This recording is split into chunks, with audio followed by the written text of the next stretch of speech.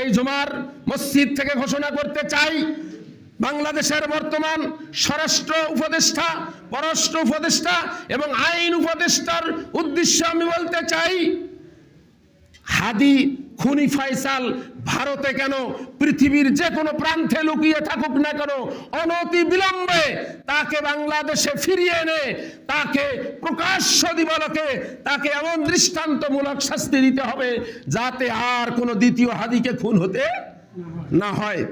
আর যদি এই কাজটা করতে আপনারা ব্যর্থ হন, তাহলে ওই চেয়ারে আপনাদের বসে থাকার কোনো অধিকার নাই। আপনারা পদত্যাগ করে এই জাতির কাছে, এই দেশের জনগণের কাছে আর তামাশা করবেন না।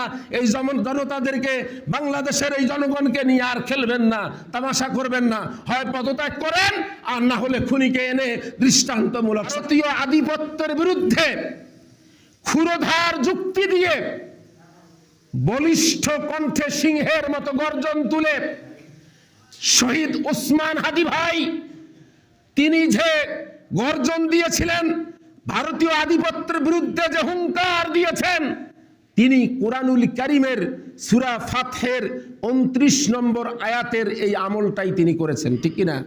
কারণ আল্লাহর ঘোষণা হলো, যারা কুফফার গোষ্ঠী, যারা আমাদেরকে হুমকি দেয়, আমাদের দেশটাকে তারা দখল করে নিতে চায়, আমাদের দেশকে তাদের গোলামে পরিণত করতে চায়, সেই ভারতের বিরুদ্ধে তিনি যখন তার ক্ষুরধার যুক্তি দিয়ে সিংহের মতো গর্জে উঠেছিলেন, ঠিক তখনই প্রকাশ্য দিবালোকে, গত জুমার নামাজের শেষে আপনারা দেখেছেন, প্রকাশ্য দিবালোকে তাকে মাথায় গুলি করে তাকে কি করা হয়েছে?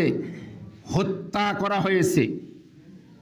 তো একটা কথা বলে রাখি, হাদি ভাই বেঁচে থাকতে বলেছেন, আমি যদি চলে যাই আমার সন্তানেরা লড়বে, তার সন্তান লড়বে, যুগ থেকে যুগান্তরে আজাদির সন্তানেরা স্বাধীনতার পতাকাকে সমুন্নত রাখবে। তিনি আরো বলেছেন, আমাদেরকে মৃত্যুর ভয় দেখিয়ে লাভ নাই, কারণ শহীদ হওয়ার জন্যই মায়ের উদর থেকে এই পৃথিবীর জমিনে আমরা পা রেখেছি। কি ঠিক কিনা? আল্লাহ পাক তাকে শহীদ হিসাবে কবুল করুন, সকলে বলেন আল্লাহুম্মা আমিন। আজকে আমরা দ্ব্যর্থহীন কণ্ঠে বলতে চাই, তারা ভেবেছিল এক হাদিকে শেষ করে দিয়ে তারা ভারতীয় আধিপত্য কায়েম করবে বাংলাদেশে। এটা কোনোদিনও তাদের এই স্বপ্ন পূর্ণ হবে না, কারণ ওই এক হাদির রক্তের শপথ নিয়ে আজকে আপনারা দেখেছেন গোটা বাংলাদেশে লক্ষ লক্ষ হাদির আজকে জন্ম হয়েছে। ঠিক আছে না? তারা স্লোগান তুলেছে, আমি কে তুমি কে, হাদি হাদি। তাহলে কি হলো? লক্ষ লক্ষ হাদির জন্ম হয়েছে কিনা?